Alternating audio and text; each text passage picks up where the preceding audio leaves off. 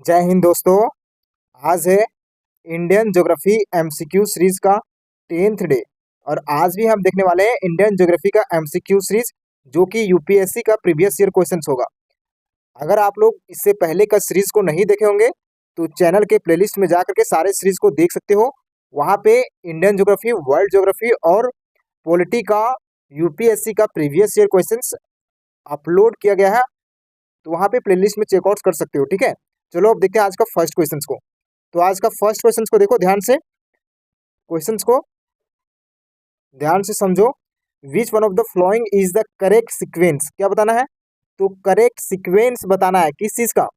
Of the given hills, hills का नाम दिया गया है और बताना है कि ये नॉर्थ नॉर्थ से north and going towards to south, north direction से साउथ डायरेक्शन के तरफ कौन सा हिल, इसका करेक्ट सीक्वेंस बताना है। ठीक है, नॉर्थ से साउथ का करेक्ट सीक्वेंस बताना है हिल्स का। ठीक है, तो यहाँ पे हिल्स का नाम देख सकते हो। जैसे इसको हम मैप के भी थ्रू समझेंगे, तो बस क्वेश्चंस को ध्यान से देखो। ठीक है, Nallamala hills, Nilgiri hills, Javadi hills, Annamalai hills. ठीक है, तो उसी प्रकार से ऑप्शन बी में दिया गया है Annamalai hills, Javadi hills, Nilgiri hills, Nallamala hills. ठीक है, ऑप्शन सी में Nallamala hills, Javadi hills, Nilgiri hills, Annamalai hills. ठीक है, तो इसका क्या हो जाएगा करेक्ट सीक्वेंस, वो बताओ। ऑप्शन डी देख सकते हो। ठीक है, ये क्वेश्चन जो है यूपीएससी में 2005 में पूछा गया है। ठीक है, तो इसको हल्के में नहीं लेना है, इस प्रकार के क्वेश्चन जो है पूछ लिए जाते हैं। ठीक है, तो देखो इसका क्या हो जाएगा राइट आंसर। तो इसका राइट आंसर क्या हो जाएगा? इसका राइट आंसर जो हो जाएगा ऑप्शन नंबर सी हो जाएगा। ठीक है, तो इसको हम मैप के थ्रू समझते हैं आगे। ठीक है, Nallamala hills, Javadi hills, Nilgiri hills और अन्नामलाई हिल्स नॉर्थ से साउथ का करेक्ट सीक्वेंस है। ठीक है, तो यहाँ पे देखो कहाँ पे लोकेटेड है, तो नल्लामला हिल्स जो है वो लोकेटेड है आंध्र प्रदेश एंड तेलंगाना में। ठीक है, कहाँ पे? आंध्र प्रदेश और तेलंगाना में। इसको मैप के भी थ्रू समझने वाले हैं। जावेदी हिल्स का देख सकते हो, ये तमिलनाडु में लोकेटेड है। ठीक है, ईस्टर्न घाट्स में। नीलगिरी हिल्स जो कि तमिलनाडु, केरला और कर्नाटका में लोकेटेड है। अन्नामलाई हिल्स तमिलनाडु और केरला के बॉर्डर में लोकेटेड है। ठीक है, कोई भी चीज अगर हिल से रिलेटेड पढ़ते हो ना, तो उसको मैप में जरूर देख लिया करो कि कहाँ पे लोकेटेड है। ठीक है, एक बार याद कर लोगे ना, तो अगर इस प्रकार के क्वेश्चन आएंगे तो काफी अच्छा होगा उसको रिलेट करके समझने के लिए। ठीक है, तो हर कॉन्सेप्ट को जो है ना वो अगर रटने वाला हो तो रट लो, और अगर कॉन्सेप्ट हो समझने वाला हो तो उसको समझ लो। उसको अगर मैपिंग के थ्रू देखना हो तो मैप में जाकर के देख ही लो। ठीक है, यहाँ पे देख सकते हो इसका लोकेशन, नल्लामला हिल्स का लोकेशन देख सकते हो, जावेदी हिल्स का लोकेशन देख सकते हो।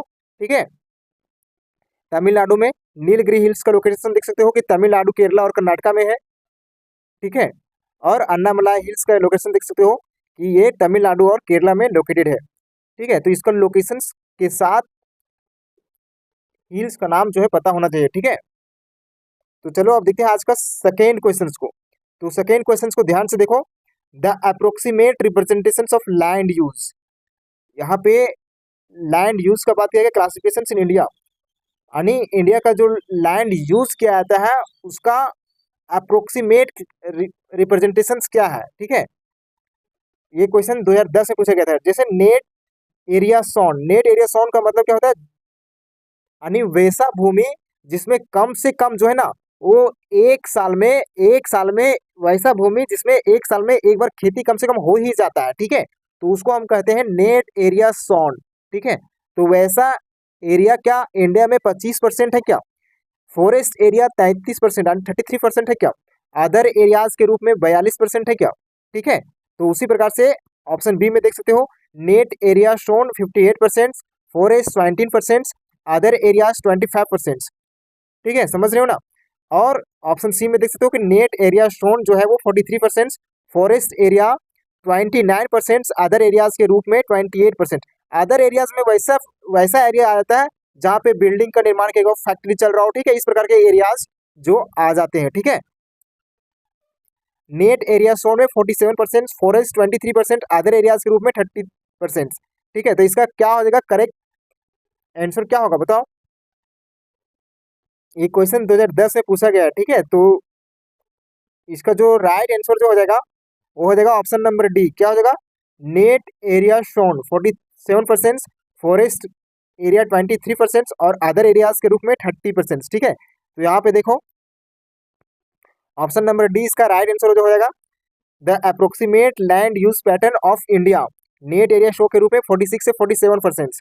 ठीक है, फॉरेस्ट एरियाज 22 से 23% के रूप में और अदर एरियाज के रूप में 30 से 31% के रूप में भारत में कंसिडर किया गया है। ठीक है, यहाँ पे देख सकते हो नेट एरिया शोन के रूप में हम बोले कि नेट एरिया शोन क्या होता है, तो net area shown means total land on which crops are grown at least one in a year.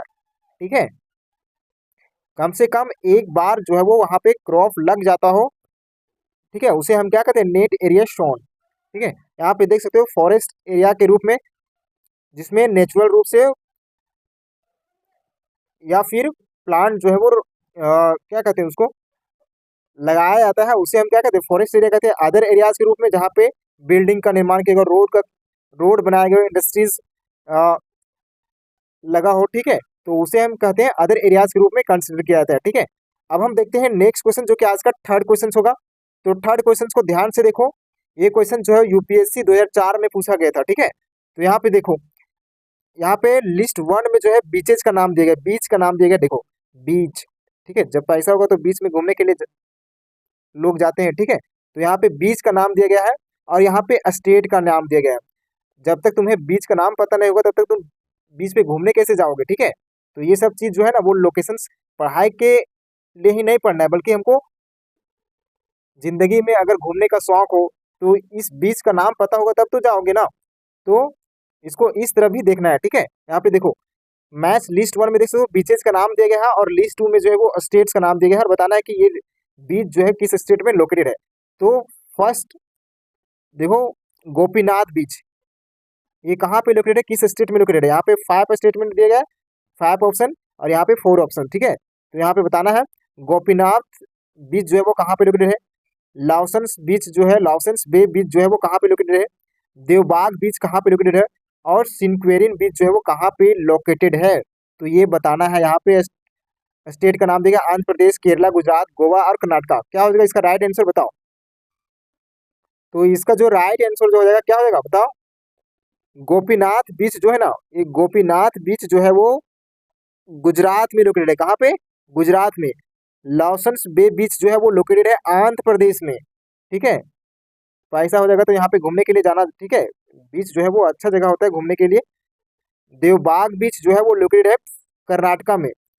सिंक्वेरिन बीच जो है वो लोकेटेड कहाँ पे है, गोवा में। ठीक है, तो इसका राइट आंसर क्या हो जाएगा, ऑप्शन नंबर बी हो जाएगा, ऑप्शन नंबर बी हो जाएगा। ठीक है, तो चलो देखो यहाँ पे देख सकते हो कि गोपीनाथ बीच जो है वो लोकेटेड है गुजरात में, लाउसेंस बे बीच जो है वो आंध्र प्रदेश में, देवबाग बीच जो है वो कर्नाटका में और सिंक्वेरिन बीच जो है वो गोवा में लोकेटेड है। ठीक है, देखो यहाँ पे, तो अगर मान के चलो कभी तुम अमीर बन गया, ठीक है, तो मन करा कि चलो बीच घूम के आते हैं। ठीक है, गर्लफ्रेंड बॉयफ्रेंड के साथ या फिर ऐसे भी घूमने का मन किया दोस्त के साथ तो भी जा सकते हो बीच में। ठीक है, तो देख सकते हो कि क्या क्या कर सकते हो, तो वहाँ पे स्विमिंग कर सकते हो।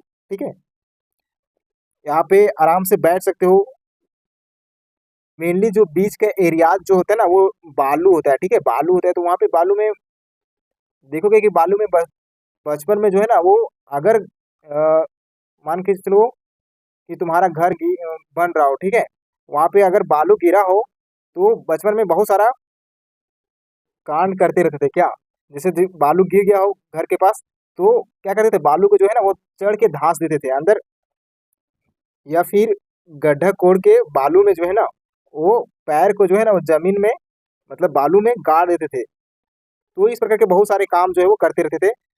तो हमेशा जो है ना बचपना को कम से कम जीवित रखो। ठीक है, काफी अच्छा रहता है, चेहरे पे जो है ना वो स्माइल खिला रहता है। ठीक है, तो उसी प्रकार से अगर हम बीच गए हैं, ठीक है, तो वहाँ पे घूम सकते हैं। ठीक है, वाटर स्पोर्ट्स कर सकते हैं, सैंड कास्ट इस तरह का कुछ हम लोग बना भी सकते हैं। ठीक है, बैठ सकते हैं वहाँ पे जाकर के फोटो शूट कर सकते हैं। ये लोकेशन जो है ना काफी अच्छा होता है बीच का। तो अगर हमें बीच का नाम पता होगा, बीच का लोकेशन पता होगा तब तो हम जाएंगे घूमने के लिए। ठीक है, और एग्जाम्स के व्यूज से इम्पोर्टेंट है। ठीक है, तो ये सब जानना जरूरी है लोकेशन के साथ कि कहाँ पे ये लोकेटेड है। ठीक है, यहाँ पे देख सकते हो क्या क्या कर सकते हैं, तो ये सब बता दिए अभी हम। अब हम देखते हैं नेक्स्ट क्वेश्चन जो कि आज का फोर्थ क्वेश्चन होगा, तो फोर्थ क्वेश्चन को ध्यान से देखो। Which one of the following statement is not true. यहाँ पे बताना कि कौन सा स्टेटमेंट जो है वो ट्रू नहीं है। ठीक है, ये क्वेश्चन जो है यूपीएससी में 2000 में पूछा गया था। तो यहाँ पे देखो, घग्गर्स वाटर डैम जो है ना वो is utilized in the Indira Gandhi canal. यानी घग्गर वाटर रिवर जो है ना, वो घग्गर वाटर जो रिवर है, घग्गर रिवर का जो पानी है वो क्या इंदिरा गांधी कैनाल जो है वो यूज करता है। यानी इस रिवर का पानी इंदिरा गांधी कैनाल में जाता है क्या। तो कैनाल क्या होता है, कैनाल जो है ना मानव के द्वारा बनाया जाता है। ठीक है, कैनाल जो है जहाँ पे पानी की सुविधा ना हो, ठीक है, जैसे राजस्थान का एरिया में जो है ना वो पानी बहुत कम है, ठीक है, तो वहाँ पे कैनाल बनाया जाता है। यानी मैन मेड कैनाल बनाया जाता है ताकि पानी वहाँ पे इकट्ठा किया जा सके। ठीक है, तो घग्गर रिवर जो है वो उसका पानी जो है वो इंदिरा गांधी कैनाल में यूटिलाइज किया जाता है क्या। ये स्टूडेंट फर्स्ट बोला गया। ठीक है, ऑप्शन सेकंड में देखो, Narmada rises from Amarkantak region. Narmada जो है वो राइज करता है क्या, अमरकंटक रीजन से राइज करता है क्या। निजाम सागर डैम जो है वो सिचुएटेड है मांजरा रिवर पे। निजाम सागर डैम जो है वो लोकेटेड है मांजरा रिवर पे क्या, बताओ। Penganga is the tributary of Godavari. तो क्या हो जाएगा इसका राइट आंसर।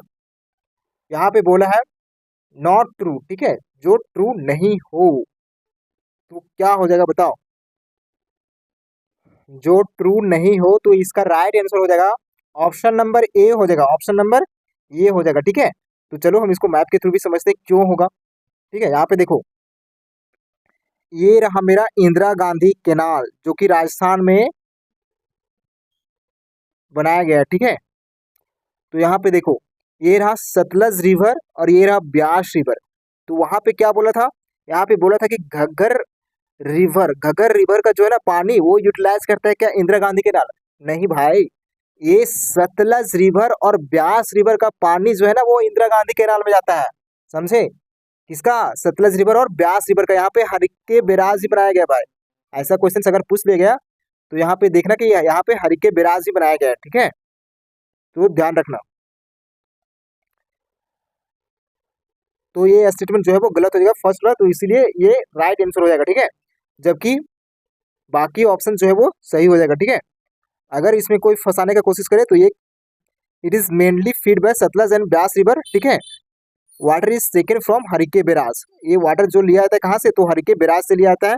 ठीक है, तो इसको ध्यान में रखना। अब हम देखते हैं ऑप्शन सेकेंड जो है वो सही है तो क्यों, कैसे है। तो नर्मदा रिवर जो है वो ओरिजिनेट होता है नर्मदा कुंड। कहाँ से, नर्मदा रिवर जो ओरिजिनेट होता है नर्मदा कुंड से एट अमरकंटक प्लेट्यू। कहाँ से, अमरकंटक प्लेट्यू मध्य प्रदेश से। ठीक है, तो इसको ध्यान में रखना। ये जो है वेस्ट वर्ड फ्लो करता है और जाग गिरता है कहाँ, अरबियन सी में। हम जब ज्योग्राफी पढ़ाएंगे ना, इंडियन ज्योग्राफी, तब हम इसके बारे में बताएंगे, जब रिवर सिस्टम के बारे में बताएंगे तब। ठीक है, डिटेल से। It forms the boundary between Vindhyan and Satpura. तो विंध्यन और सतपुरा कहाँ पे लोकेटेड है, मध्य प्रदेश में लोकेटेड है। विंध्यन ऊपर में है और सतपुरा जो है वो नीचे में लोकेटेड है। तो इसको ध्यान में रखना। ठीक है, अब देख सकते हो यहाँ पे निजाम सागर डैम जो है ना, निजाम सागर डैम जो बिल्ड किया गया, कहाँ पे बिल्ड किया गया, तो मंजीरा रिवर के ऊपर जो है बिल्ड किया गया तेलंगाना में। कहाँ पे, तेलंगाना में। तो मंजीरा river is an important tributary of Godavari. ये मंजीरा रिवर जो है वो ट्रिब्यूटरी है किसका, गोदावरी का। तो ये भी ध्यान में रखना। ठीक है, ये डैम जो है वो प्रोवाइड्स करता है इरिगेशन के लिए और ड्रिंकिंग वाटर जो है प्रोवाइड करता है, तो इसको भी ध्यान में रखना। ठीक है, यहाँ पे देख सकते हो कि ये निजाम सागर डैम रहा, ये भाई निजाम सागर डैम है, ये रहा निजाम सागर डैम। ठीक है, ये रहा मंजीरा रिवर। ठीक है, तो ध्यान में रखना। कहाँ पे लोकेटेड है, तेलंगाना में लोकेटेड है, तेलंगाना में। ये पेन गंगा जो है वो किसका ट्रिब्यूटरी है, तो गोदावरी का ट्रिब्यूटरी है। ठीक है, तो Penganga river flows through along Maharashtra and Telangana border से ये जो है वो फ्लो करता है। ये ज्वाइन करता है किसको, तो वर्धा रिवर को ज्वाइन कर लेता है और फिर ये वर्धा और वेन गंगा मिल के जो है ना प्राणहिता में जो है प्राणहिता में जाके जुड़ जाते हैं, ठीक है। और ये प्राणहिता जो है ना वो लार्जेस्ट ट्रिब्यूटरी है गोदावरी का। प्राणहिता क्या है, तो लार्जेस्ट ट्रिब्यूटरी है गोदावरी रिवर का, तो ये भी ध्यान में रखना, ठीक है। अब हम देखते हैं नेक्स्ट क्वेश्चन जो कि आज का फिफ्थ क्वेश्चन होगा। तो देखो फिफ्थ क्वेश्चन को ध्यान से, द ब्लैक कॉटन सॉइल, यहाँ पे बोल रहा है कि ब्लैक कॉटन सॉइल जो है of India has been form due to the weathering of, किस वेदरिंग के कारण होता है, has been form due to the weathering of, ठीक है। यानी भारत की काली कपास मिट्टी जो है वो, जिसको रेगर मिट्टी भी कहा जाता है, निर्माण किस अक्षय यानी वेदरिंग से हुआ है, इसके वेदरिंग के कारण हुआ है ब्लैक कॉटन सॉइल का निर्माण। ब्लैक कॉटन सॉइल का निर्माण किसका, ब्लैक कॉटन सॉइल का। तो ब्राउन फॉरेस्ट सॉइल के कारण, यहाँ पे बोल रहा है क्या, ब्लैक कॉटन सॉइल का निर्माण क्या हुआ है, किसके कारण हुआ है, ठीक है। तो ये क्या बोल रहा है, brown forest soil, brown forest soil के कारण नहीं होगा भाई, ये तो खुद ही सॉइल है, ठीक है। अब सेकेंड ऑप्शन में दिया है फीजर वोल्केनिक रॉक, फीजर वोल्केनिक रॉक के कारण हुआ है क्या, ब्लैक कॉटन सॉइल का फॉर्मेशन, या फिर ग्रेनाइट एंड सिस्ट के कारण, सेल एंड लाइमस्टोन के कारण, किसके कारण हुआ है बताओ। तो इसका जो राइट आंसर जो हो जाएगा वो फीजर एंड वोल्केनिक रॉक होगा, ऑप्शन नंबर बी होगा। ये यूपीएससी का 2021 का क्वेश्चन है, ध्यान में रखना। तो देखो कैसे होगा, सो देखो ये ब्राउन फॉरेस्ट सॉइल जो कि फर्स्ट ऑप्शन में दिया गया है, तो ये गलत होगा। क्यों गलत होगा, तो ये ऑलरेडी एक टैप है सॉइल का, ऑलरेडी एक टैप है, इसके वेदरिंग के कारण नहीं होगा, ठीक है। तो black cotton soil is not form by weathering of another soil. यहाँ पे देखो सॉइल का टाइप कितना होता है, भारत में जो सॉइल का टाइप कंसिडर किया गया है वो मेनली 8 टाइप्स होता है, एल्यूवल सॉइल्स, ब्लैक सॉइल जिसको रेगर सॉइल भी कहा जाता है, ठीक है। यहाँ पे देख सकते हो ब्लैक सॉइल्स हो गया, red and yellow soils, laterite soils, forest and mountain soils, arid soil, saline and alkaline soils, peaty and marshy soil, ठीक है। तो इसको भी ध्यान में रख सकते हो। अब देखो ऑप्शन नंबर बी सही कैसे होगा, तो यहाँ पे देखो फीजर वोल्केनिक रॉक के कारण जो है ब्लैक कॉटन सॉइल का फॉर्मेशन होता है भाई। यहाँ पे देखो black cotton soil is also called regur, regur soil भी इसको कहा जाता है, is formed by the weathering of basaltic lava, यानी ये वोल्केन, यानी वोल जब वोल्केनिक लावा जो है ना वो बाहर निकलता है ना, जिसके कारण जो है ना ब्लैक कॉटन सॉइल का फॉर्मेशन होता है अलग अलग स्टेट में, ठीक है, सब स्टेट में नहीं होता है, ठीक है। तो जब लावा जो है बाहर निकलता है ना, जिसके कारण जो है बसाल्टिक लावा प्रोड्यूस करता है, क्या करता है, तो ये बसाल्टिक लावा प्रोड्यूस करता है वह फीजर वोल्केनिक इरप्शंस के कारण, ठीक है, डक्कन ट्रैप्स में। और जिसके कारण जो है ना यहाँ पे देखो बसाल्टिक लावा जब प्रोड्यूस करता है, रिलीज करता है, ठीक है, बसाल्टिक लावा, तो ये जो है ना वो कूल होता है, बाद में ठंडा हो जाता है, लावा क्या होता है, ठंडा हो जाता है धीरे धीरे, धरती के बाहर निकलने के बाद क्या होता है, ठंडा हो जाता है, और वो किस चीज में बदल जाता है, तो ये बदल जाता है बसाल्ट रॉक में बदल जाता है, किसमें, तो बसाल्ट रॉक में बदल जाता है। उसके बाद कई मिलियन साल बाद जो है ना, कई मिलियन साल बाद जो है वेदरिंग जो है ना कई कारणों से होता है, जैसे रेन के कारण, विंड के कारण, टेम्परेचर चेंजेस के कारण, और वो किस रूप में टूट जाता है, ब्रेक्स डाउन इनटू बसाल्ट, अरे बसाल्ट के रूप में जो है ना वो ये टूट जाता है, और फिर जो है ना वो ब्लैक सॉइल बन जाता है, ठीक है, जिसको रेगर सॉइल भी कहा जाता है। तो किसके कारण हो रहा है, फीजर वोल्केनिक रॉक के कारण हो रहा है, ठीक है। तो इसको ध्यान में रखना, ये मेनली रूप से किस स्टेट में होता है, तो किस स्टेट में पाया जाता है, तो महाराष्ट्र हो गया, मध्य प्रदेश हो गया, गुजरात हो गया, तेलंगाना हो गया, कर्नाटक हो गया, ठीक है। कुछ पार्ट जो है वो आंध्र प्रदेश और तमिलनाडु में पाया जाता है, तो इसको ध्यान में रखना। और ग्रेनाइट एंड सिस्ट जो है ना, ये जो है वो जनरली फॉर्म्स करता है, क्या फॉर्म्स करता है, तो ये रेड एंड येलो सॉइल्स को फॉर्म करता है, ग्रेनाइट एंड सिस्ट, ठीक है। और सेल एंड लाइमस्टोन जो है वो फॉर्म करता है क्या, अनदर सॉइल को, ना कि ब्लैक कॉटन सॉइल को, ठीक है। तो ध्यान में रखना। अब हम देखते हैं आज का 6 क्वेश्चंस को। तो चलो देखो यहाँ पे 6 question, in the Indian context में पूछ रहा है टर्म डी नोटिफाइड ट्रैप्स, यहाँ बोल रहे कि डी नोटिफाइड ट्रैप्स जो है ना वो क्या रिफर करता है भाई, डी नोटिफाइड ट्रैप्स जो है वो क्या रिफर करता है, ये यूपीएससी में 1996 में क्वेश्चन पूछा गया था। तो यहाँ पे देखो tribes which are originals, nomadic tribes यानी भटकने वाले जो ट्रैब्स होते हैं, जनजाति जो होते हैं, इधर से उधर जो भटकते रहते हैं, उसको नोमेडिक ट्रैब्स कहते हैं। और tribes practising shifting cultivation, shifting cultivation मतलब इधर से उधर जो है ना, जो कि ट्रैब, वैसे ट्रैब जो अ, मान के चलो एक ऋतु जो है ना वो कहीं और जाकर के खेती कर लेते हैं, और फिर जाकर के जब वहां से लगता है कि उनकी उर्वरता जो है ना वो कम होने लगता है, तो फिर क्या करते हैं, तो वो अपना प्लेस जो है ना बदल लेते हैं। ठीक है, शिफ्टिंग कल्टीवेशन मतलब अलग अलग जाकर के घूम घूम करके जो है ना वो खेती करते हैं अलग अलग जगह जगह पर। ठीक है, तो वैसे ट्रैप्स, और tribes which are earlier classified as criminal tribes, तो उसको डीनोटिफाइड ट्रैप्स कहा गया है क्या, जिसको पहले जो है ना वो अर्लियर क्रिमिनल ट्रैप्स के रूप में मनाया जाता था।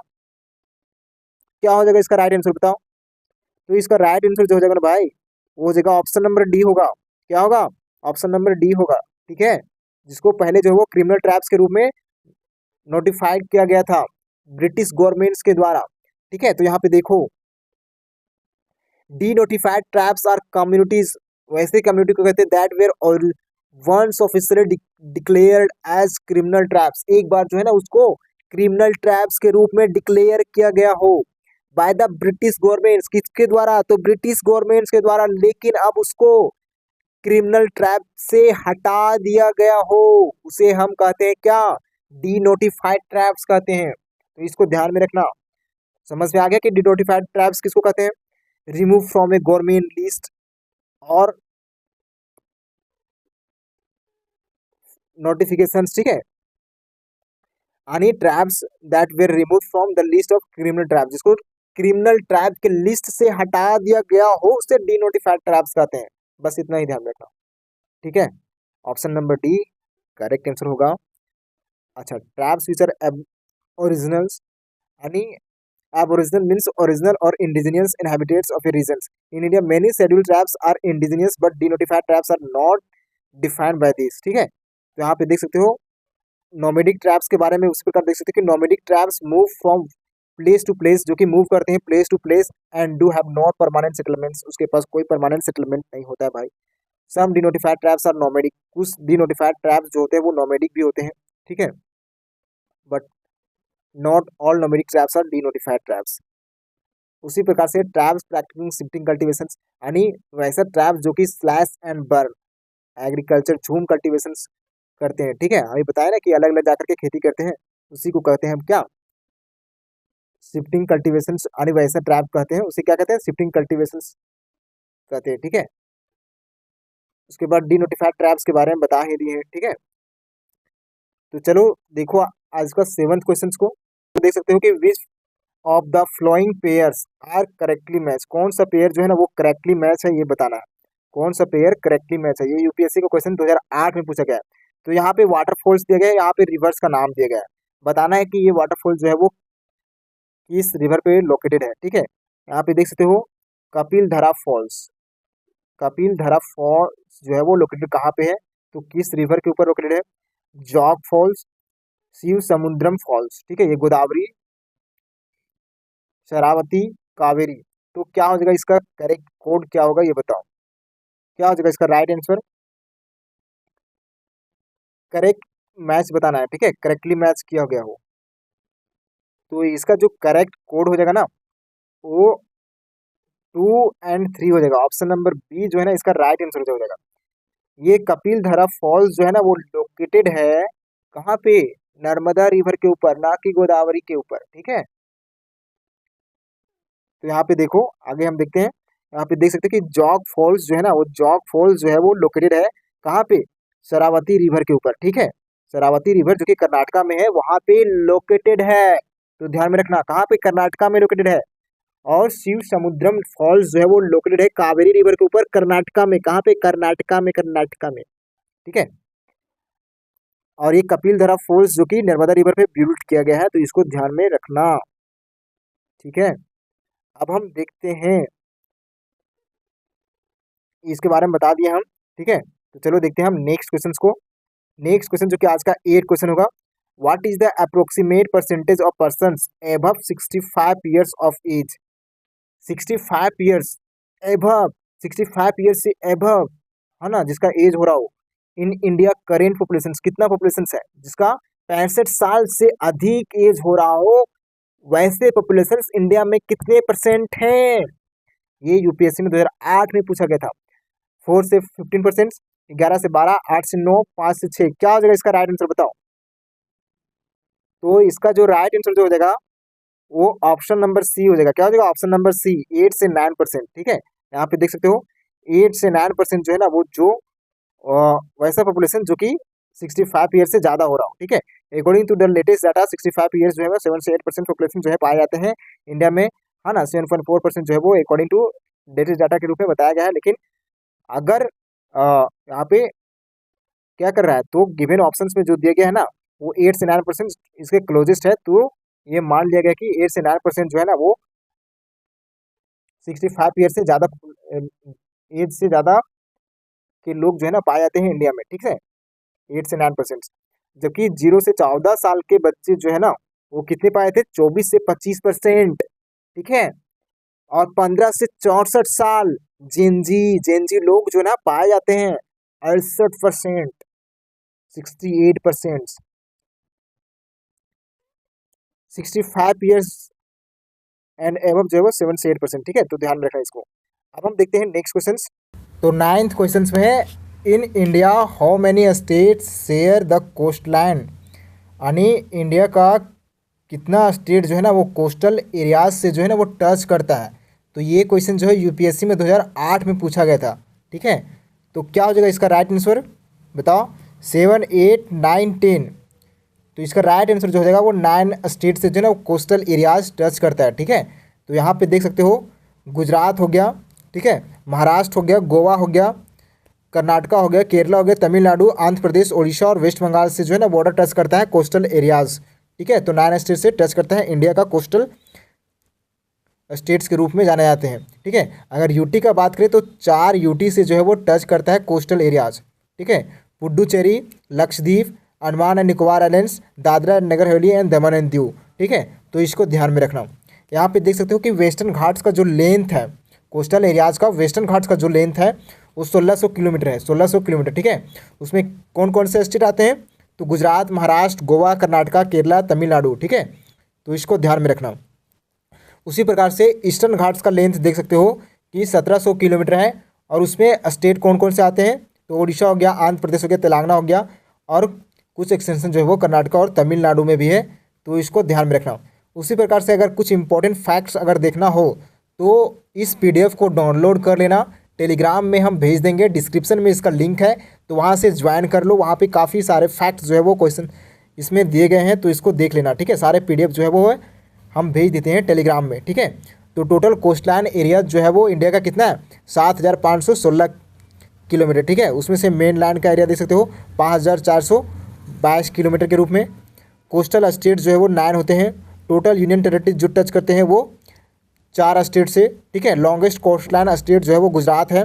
ठीक है, शॉर्टेस्ट जो है वो गोवा है जो कि 101 किलोमीटर। ठीक है, तो इस पीडीएफ को हम टेलीग्राम में भेज देंगे, तो वहाँ से देख लेना। अब हम देखो यहाँ पे लास्ट क्वेश्चन जो कि आज का 10 क्वेश्चन होगा। तो the minimum land area recommended for forest cover, forest cover जो है ना वो इंडिया में मेंटेन प्रॉपर इकोलॉजिकल बैलेंस को जो मेंटेन करके रखता है वो कितना है?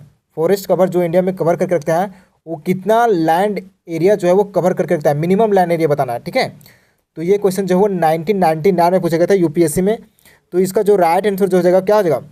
25%, 33%, 43% से 53%।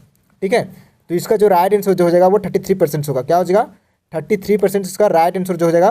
ठीक है, ऑप्शन नंबर बी। यहाँ पे देख सकते हो according to national forest policy 1988 at least 33% of India's total geographical area जो कवर करता है फॉरेस्ट के रूप में। ठीक है, जिसमें से 33% में टोटल एरियाज में जो है ना वो प्लेन एरियाज जो है वो 33% आता है, जबकि हिली एरियाज के रूप में जो है ना वो 66% आता है। ठीक है, तो इसको ध्यान में रखना।